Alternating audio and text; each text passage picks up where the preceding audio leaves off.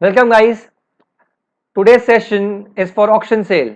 Yes, जो auction आपने देखा आईपीएल में, जो ऑक्शन आपने देखा वेलकम मूवी में देखा हो, तो वही ऑक्शन की बात हो रही है under sales of goods act. Let's start the topic guys.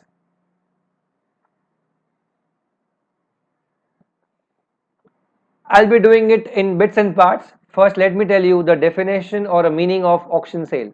A sale by auction is a public sale, point to be noted. Whereas various intending buyers, जिसको भी खरीदना है, bids, वो लोग बोली लगाते हैं for the goods and try to outbid each other. Try to outbid each other यानी 500 रुपया, 1000 रुपया, 2000, 8000, इसको कहते हैं outbid करना. Ultimately, the goods are sold to the highest bidder. Fair enough. ये एग्जाम्पल, ये जो पेंटिंग है वो बहुत फेमस पेंटिंग है। आपको इस पेंटिंग से बहुत कुछ याद आता होगा। अगर आपको फिर भी याद नहीं आता है तो ये वीडियो देख लीजिए guys. All right, and now I present the painting of a new artist, Mr. Sagar. Well, this painting is called Rocking Horse. We start the bid at $10,000. 12, 14,000. 16,000. 150 रुपया देगा। 40 lakh. 1 crore. I hope you understood the video very well. Just an idea is to make sure कि you are remembering for long, right? अब देखते हैं क्या लिखा था। A sale by auction is a public sale. कोई भी पार्टिसिपेट कर सकता है। Whereby buyers are bidding for each other. हमने वीडियो को थोड़ा एडिटेड वीडियो यूज किया है, तो हर एक बंदा बिड कर रहा है। एंड फाइनली जो हाईएस्ट बिडर था, जो हमारे एग्जांपल में कौन था, Amitabh Bachchan. Just for the twist, sold to highest bidder. आगे देखो क्या लिखा है। A bid by the buyer is an offer. A bid by the buyer is the offer and is said to be accepted when the auctioneer announces its completion by the fall of hammer. आपने video देखा होगा तो उसमें auctioneer कौन था, Akshay Kumar. By the fall of hammer या फिर any other customary manner. इस इमेज को देखिए। इस इमेज में आपको एक पॉट है जिसका बोली लग रहा है, और पॉट की बोली जो लगा रहे हैं उसे बिडर्स कहते हैं। ऑक्शनर वो बंदा है जो इसको सेल करवाने में मदद करता है। जैसे ही वो हथौड़ा 1, 2 और तीसरी बार फॉल करेगा, हम उसे कहते हैं कंप्लीशन ऑफ सेल। तब तक वो ऑफर था। मेरा मतलब ये होता है कि ऑक्शन सेल का advertisement is called invitation to offer. याद कीजिए आपका कॉन्ट्रैक्ट एक्ट। बिड करना, बिड बोली लगाना, इट्स कॉल्ड एन ऑफर, और fall of hammer is called acceptance of an offer. I hope आपको समझ में आ रहा है। बाय फॉल ऑफ हैमर या एनी अदर मैनर का मतलब होता है instead of using hammer you may say 1, 2, 2.5 and finally 3। तो उसे भी कोई मेथड कहते हैं, वो भी चलेगा। कोई कहेगा going going going and gone, वो भी एक मेथड हो जाएगा। जो भी आपको यूज करना है आप बता दीजिए कि मैं चुटकी बजाऊंगा, 1, 2 और ये 3, कुछ भी चलेगा। इसे कहते हैं कस्टमरी मैनर। आगे कहता है, आपने वीडियो में देखा होगा तो मजनू भाई अनिल कपूर का वो पेंटिंग था, और अगर आपने देखा होगा तो उसका ऑक्शन कौन करवा रहा था, Akshay Kumar, Rajeev in that movie. कहने का मतलब क्या हो गया कि ऑक्शन के अंदर जो सेलर होता है वो खुद भी अपने गुड्स ऑक्शन कर सकता है या किसी एजेंट को अपॉइंट कर सकता है उस ऑक्शन को करने के लिए। उसे हम ऑक्शनियर कहते हैं। आगे जाते हैं। अब नई चीज जो हमें समझनी वो है कि अलग अलग रूल्स क्या होते हैं ऑक्शन के, अलग अलग रूल्स। आइए देखते हैं। पहला पॉइंट कहता है कि each lot is a different contract of sale. Sir example समझाओ, इंटरेस्टिंग है, सुनो ध्यान से। Each lot is a separate contract of sale. Sir मैं ऑक्शन में गया, मैंने 4 चीजें खरीदी। टोटल पेमेंट करने को आ रहा है 1 करोड़ का, सब चार चीज मिला के।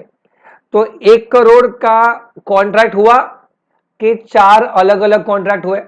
आप बोलोगे सर लमसम तो 1 करोड़ दिया, लेकिन कॉन्ट्रैक्ट ऑफ सेल में हर चीज का जो ऑक्शन हुआ उसे अलग अलग अलग कॉन्ट्रैक्ट माना जाएगा। हर एक लॉट को खरीदना उसे अलग कॉन्ट्रैक्ट माना जाएगा।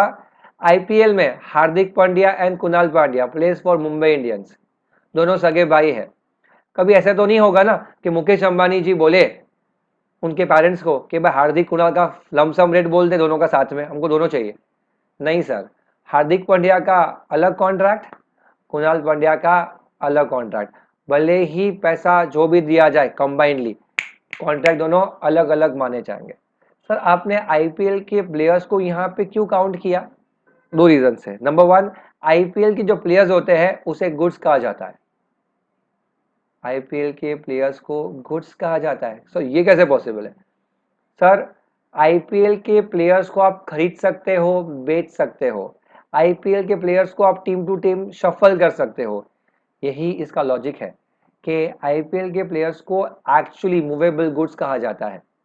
तो प्लेयर्स जो है, इंसान भी क्या बन जाते हैं? गुड्स बन जाते हैं आईपीएल में। और ये जो खरीदने का बेसिस है ऑक्शनिंग का, गुड्स तो ऑक्शन का होता है, ऑक्शन तो गुड्स का होता है, और प्लेयर का भी तो ऑक्शन होता है। तो आज हमने एक नई बात ऐड कर दी क्रिकेट की यहाँ पे कि आईपीएल के प्लेयर्स भी क्या बने जाएंगे? गुड्स। आगे, रिवोकेशन ऑफ बिड। सर क्या मैंने बोली लगाई और वो मुझे बोली क्या करनी है? रिवोक, कैंसिल, क्या मैं कर सकता हूं? मतलब मैंने बोला, समझो मैं एक बिडिंग में गया, मेरे को कोई इंटरेस्ट नहीं था खरीदने का, मैं गया वहां पे मर्सिडीज, रोल्स रॉयल्स, बीएमडब्ल्यू ऐसे बड़ी बड़ी गाड़ी का ऑक्शन हो रहा था। बड़े बड़े अमाउंट, 5 करोड़, 10 करोड़, 11, 15 करोड़, 20। अब मेरे को कुछ मस्ती सूझी और मैंने क्या किया बोला, मैंने बोला 25 crore. Everyone was looking into me and I'm like, कोई बोलेगा 25 से 28, तो मैं अपने को लेना तो है नहीं, खाली बोलने के लिए बोल दिया। मैंने बोल तो दिया, बट गलत ये हो गया कि मेरे बोलने के बाद किसी ने कुछ बोला ही नहीं। ऑक्शनर बोला 25 करोड़ 1, 25 करोड़ 2, और जब वो 25 करोड़ 3 बोलने जाता है उसके पहले मैं वापस बोला 1 minute, I take my bid back, I revoke my bid back. कोई कहता है क्या आप ऐसा कर सकते हो? कानून कहता है हाँ। इस अंकल को देखिए, ये हमारे ऑक्शनर है। ये अंकल जब तीसरी बार ठोकने जा रहे थे उसके पहले मैंने क्या बोल दिया? I take my bid back, I revoke my bid back. लेकिन अगर अंकल ने ठोक दिया होता उसके बाद मैंने बोला होता तो वो कॉन्ट्रैक्ट बन चुका होता। मतलब साफ है कि बिड कब रिवोक हो सकती है? एक्सेप्टेंस से पहले। एक्सेप्टेंस कब होगा? फॉल ऑफ हैमर होने पे या कोई और मेथड के खत्म होने पे, 1 2 3 एंड ऑल। आप चाहो तो उसके पहले रिवोक कर सकते हो, उसके बाद रिवोक नहीं कर सकते। पॉइंट नंबर 3 कहता है सेलर्स राइट टू बिड। क्या सेलर ऑक्शन में बिड कर सकता है?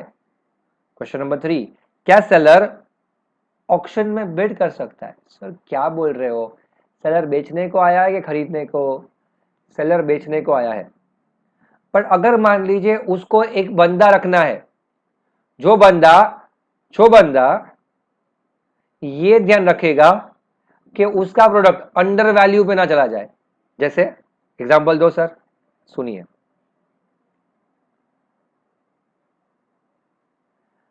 इमेजिन करो मैंने एक अच्छा सा पेंटिंग बनाया है, उस पेंटिंग को मुझे बेचना है।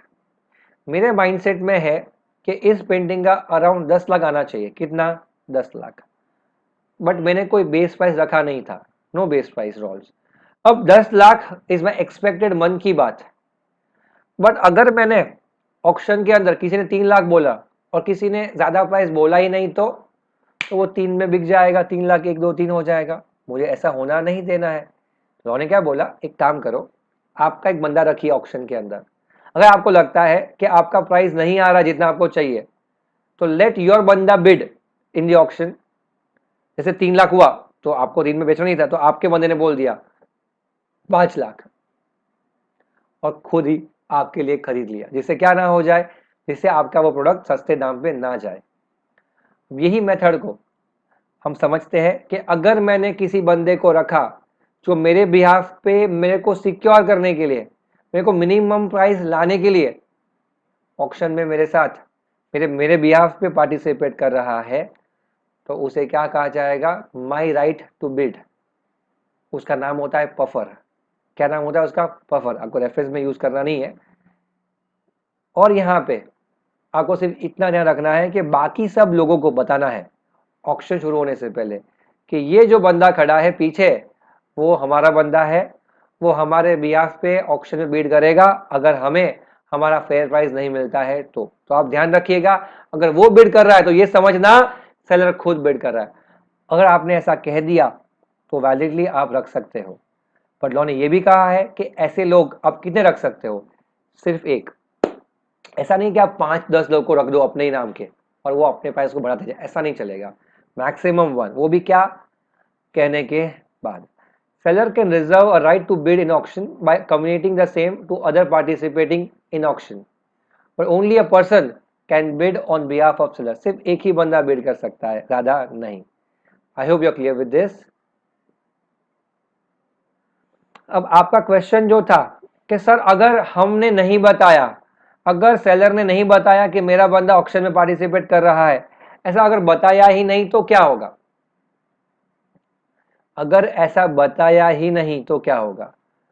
तो लॉ कहता है कि अगर आपने सबको कहे बिना आपका बंदा रखा ऑक्शन के अंदर जो आपके बिहाफ पे बिड कर रहा था, तो जो बायर ने वो गुड्स खरीदा वो चाहे तो कॉन्ट्रैक्ट को कैंसिल कर सकता है और डैमेजेस भी अगर होगा तो क्लेम कर सकता है, क्योंकि उसके लिए ये क्या माना जाएगा?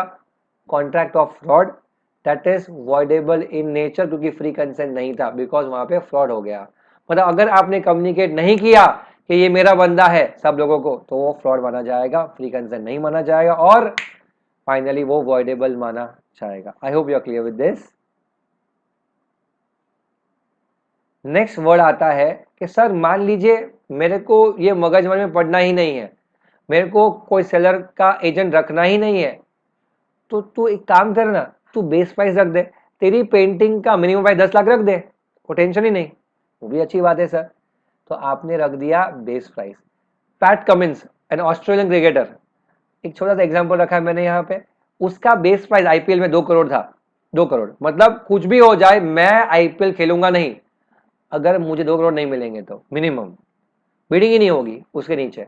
पर इस केस उनका बिडिंग ऊपर ऊपर आते आते कितना पहुंचा? 15.5 करोड़ तक पहुंचा and it was sold to KKR at 15.5 CR. बात तो मुद्दे की ये है कि एज अ सेलर या एज एन ऑक्शनर आप बता सकते हो ऑक्शन में कि इस प्रोडक्ट का बेस प्राइस इतना है, उसके नीचे आप बिड करोगे भी कुछ काम का नहीं है, वो वैलिड माना नहीं जाएगा। I hope you are clear with this also guys. Let's move forward. ये एक अजीबोगरीब कॉन्सेप्ट है और कॉन्सेप्ट का जो आपको एग्जाम्पल दिख रहा है वहां पे आपको यूनिटी दिख रही है। क्या दिख रही है? यूनिटी। सब लोग साथ साथ चल रहे हैं। अब ये साथ साथ चलना क्या है सर? समझते हैं डिटेल में। मान लीजिए डॉकयार्ड रोड मसगांव में एक कस्टम्स का ऑक्शन होता है, कस्टम डिपार्टमेंट का, जिसमें अलग अलग imported phones, mobile phones, headphones, electronic devices सब सस्ते दाम पे बिकता है, बहुत अच्छे दाम पे मिलता है। यही चीज कुछ स्टूडेंट्स को मेरे पता चल चुकी थी। मान लीजिए दादर बैच के बच्चों को ये पता था कि यहाँ पे सस्ते में ये मिल रहा है। अब दादर बैच के बच्चों ने क्या किया? संडे के लेक्चर्स अटेंड ना करके एवरी संडे को वो जाते थे वहाँ पे, सस्ते रेट पे हेडफोन्स, सस्ते रेट पे कैमरास, सस्ते रेट पे मोबाइल फोन्स को लेके आते थे और फिर वही मोबाइल फोन्स वो मार्केट में बेच देते थे अच्छे रेट पे and they to earn around 25,000 rupees पर संडे। ये बात से वो लोग का अर्निंग कैपेसिटी अच्छा हो गया। मेरी बात ध्यान से सुनिएगा। नेक्स्ट टाइम उसमें से इस एक बच्चे ने बैंड्रा बैच को बोल दिया कि we go on Sundays there, so we don't attend lectures on Sunday, can you give me the notes? Why you go on Sundays? Bandra वाले बच्चे ने पूछा, बोला ऐसा ऐसा है। अब जैसे ही ये भांडा फूट गया तो नेक्स्ट संडे से तो बैंड्रा बैच के बच्चे भी वहीं पे जाने लगे। अब कांदिवली बैच के बच्चों ने ये सुना, किसके बच्चे, कौन से बैच से? बैंड्रा बैच से। नेक्स्ट संडे से तो वो लोग भी मेरे बैच में आना बंद। हर संडे लोग कहाँ जा रहे हैं? ऑक्शन में जा रहे हैं। अब क्या हुआ कि पहले सिर्फ एक बैच जा रहा था तो उनको सस्ते रेट पे गुड्स मिल जाते थे। अब जब तीनों बैच के लोग जाते हैं तो उसका बिडिंग प्राइस हाई होने लगा। हाई कैसे? अगर 1 लाख का एक मोबाइल फोन पहले दादर बैच को मिलता था एक 45 to 50,000 रुपीज, अब बैंड्रा वाला भी बिड करता है और कांदीवली वाला भी बिड करता है। जब बिडिंग के लोग बढ़ गए, तो उसका प्राइसिंग भी तो बढ़ेगा, बिकॉज प्राइस तो 1 लाख है। बैंड्रा वाला आई बाय 60, कांदीवली वाला आई बाय 70, दादर गॉट एट 80। तो जो चीज 50 मिल रही थी वो कितने मिली? 80। Profit went down. तब दादर बैच की एक होशियार बच्ची बोली, सबको बुलाया, दादर वाले को, कांदीवली, बोरीवली, सबको बुला के बोला, देखो भाई, अगर अपन सब एक दूसरे के अगेंस्ट बिड करेंगे ना तो बहुत महंगा पड़ रहा है वो मोबाइल फोन, और इतना महंगा पड़ रहा है कि हमें कमाने मिलता नहीं है। तू बिड करेगा, मैं बिड करूंगी, वो बिड करेगा, ये बिड करेगा, तो मार्जिन कम हो रहा है। एक काम करते हैं, हम एक अग्रीमेंट एंटर करते हैं। वो क्या? दादर वाली बच्ची बोली कि जब मैं बिड करूं, जैसे ही पहला प्रोडक्ट आया मोबाइल फोन कैनन, 1 लाख का मोबाइल फोन है, I am sorry, camera off Canon, 1 lakh का कैमरा है, तो मैं जब बिड करूंगी तो तुम लोग बिड मत करना, तुम जब बिड करोगे हम लोग बिड नहीं करेंगे। ऐसा हर एक को एक मौका देंगे बिड करने का, तो हमें सस्ते रेट में वो चीज मिल जाएगी, और फिर जो प्रॉफिट होगा वो हम सब लोग अच्छे से शेयर कर पाएंगे। नहीं तो प्रॉफिट होगा ही नहीं गाइस, क्योंकि सब लोग महंगे में खरीदेंगे। अब ये चीज सबको आएगी पसंद। तो जैसे ही ऑक्शन में पहला प्रोडक्ट बाहर आता है तो दादर बैच बिड करता है, तो कांदीवली, बोरीवली, बैंड्रा बिड नहीं करता। नंबर टू यही सिचुएशन में सेकंड नंबर आता है बैंड्रा का, वो बिड करता है तो दादर, कांदीवली कोई बिड नहीं करता। फिर कांदीवली बिड करता है तो दादर, बैंड्रा बिड नहीं करता। ऐसे धीरे धीरे सब लोग बिड करने लगे, तो सबको पैसा भी मिला, खुश भी हो गए, क्योंकि एक दूसरे के अगेंस्ट बिड नहीं कर रहे थे। सर यही स्टोरी का नाम है नॉकआउट अग्रीमेंट। साथ चलना, पैसा भी कमाओगे और मार्जिन भी अच्छा रहेगा। Let's check it out. Knockout agreement is a form of combination of buyers to prevent competition among themselves at an auction sale. They agree that they will not raise the bid against each other and only one of them will bid at the auction. एक दूसरे के against competition खत्म हो गया, एक दूसरे के against bid नहीं करेंगे, और जो भी उन्होंने खरीदा they will share the profits. Question ये होता है, क्या ये इलीगल है? लॉ कहता है ये इलीगल नहीं है। जैसे कि ऑटो रिक्शा में एक जाएगा, we have 18 rupees in local areas, अगर मेरा दोस्त मुझे बोले धोनी मुझे भी वहीं जाना है, साथ में जाते हैं, शेयरिंग हो जाएगा, तो कितना हो गया? 9 रुपया ईच। क्या ये इलीगल है? सर नहीं, अरेंजमेंट करना इलीगल नहीं होता। लेकिन अगर मान लीजिए कि ये इतने लेवल पे आप प्राइसिंग तोड़ रहे हो जिससे सेलर का नुकसान हो रहा है, मतलब इतना लो प्राइस लेके गए, इतना लो कि सेलर को फेयर प्राइस भी नहीं मिल रही है, तो फिर लॉ कहता है फिर वो इलीगल माना जाएगा और फिर डैमेजेस क्लेम होगा, नहीं तो नहीं होगा। तो फाइनली आई एम श्योर कि आपको ये नॉकआउट अग्रीमेंट समझ में आया होगा। हम आगे जाते हैं to the next one guys. ये है आपका लास्ट कॉन्सेप्ट जिसका नाम है इंसिडेंस ऑफ टैक्सेशन। आपको एक इमेज दिख रही होगी, जो इमेज है किसकी? एक बिल पेमेंट की। मैं आपको ये कहता हूं कि अगर आपने यूएस से या फिर समझो लोकली, जो भी कहो, आपने एक मोबाइल फोन मंगवाया और वो मोबाइल फोन का प्राइस 1 लाख था प्लस टैक्सेस। उस टाइम पे टैक्स रेट था 18%। आपको समझ में आ गया, आई हैव टू पे 1,18,000। ज़्यादा आप लॉस जानते नहीं थे, बट उसी दौरान डिलीवरी से पहले ऑर्डर बुक हुआ था, डिलीवर नहीं हुआ था, इनवॉइसिंग नहीं हुआ था, उसी दौरान गवर्नमेंट ऑफ इंडिया ने कस्टम के रेट्स चेंज किए या फिर जीएसटी के रेट्स चेंज किए और बोला mobile phones will be liable to rate of 28%। Question ये होता है कि आपका रेट 18 का 28 हुआ तो क्या आप लायबल हो 28 के लिए या 18 के लिए? लॉ बहुत क्लियरली बोलता है कि अगर आपका टैक्सेशन रेट इंक्रीज होता है then your price of the goods will increase to instead of 1,18 1,28। लेकिन अगर गवर्नमेंट ऑफ इंडिया प्राइसिंग का रेट्स कम कर देती है 9%, तो आपका रेट क्या हो जाएगा 1 लाख प्लस 9, दैट इज 1,09,000। तो ये कहना चाह रहा है कि आपके गुड्स की pricing may be increased, may be decreased because of the impact of what? Because of the impact of taxation. It may lead to increase or it may lead to decrease. Finally, अब ये समझ लेना कि taxation का impact burden हो या benefit हो किस पे आएगा? बायर पे आएगा and you are liable for it. आप उसको कह नहीं सकते मैं तो नहीं दूंगा, लेकिन अगर आपने पहले से ही बोल दिया हो एक्सप्रेसली कि irrespective of the change in taxation rates in the future मेरा रेट फाइनल रहेगा, क्या आपको मंजूर है? इसका मतलब ये होता है अगर सेलर अग्री कर देता है, इसका मतलब ये हो जाता है irrespective of change in prices, change in taxation to the same, the seller will bear the change का burden and not the buyer. In that case buyer के लिए प्राइस सेम होगा, नहीं तो प्राइस सेम नहीं होगा। I hope you are clear with this too, and this is where we finish off a small concept or small chapter, but very important chapter called auction sale. I hope you understood very well. अब ये याद रखना, auction sale is a classic example of invitation to offer. Take care. Please don't forget to comment it back if you have understood it very well. Please don't. Thank you.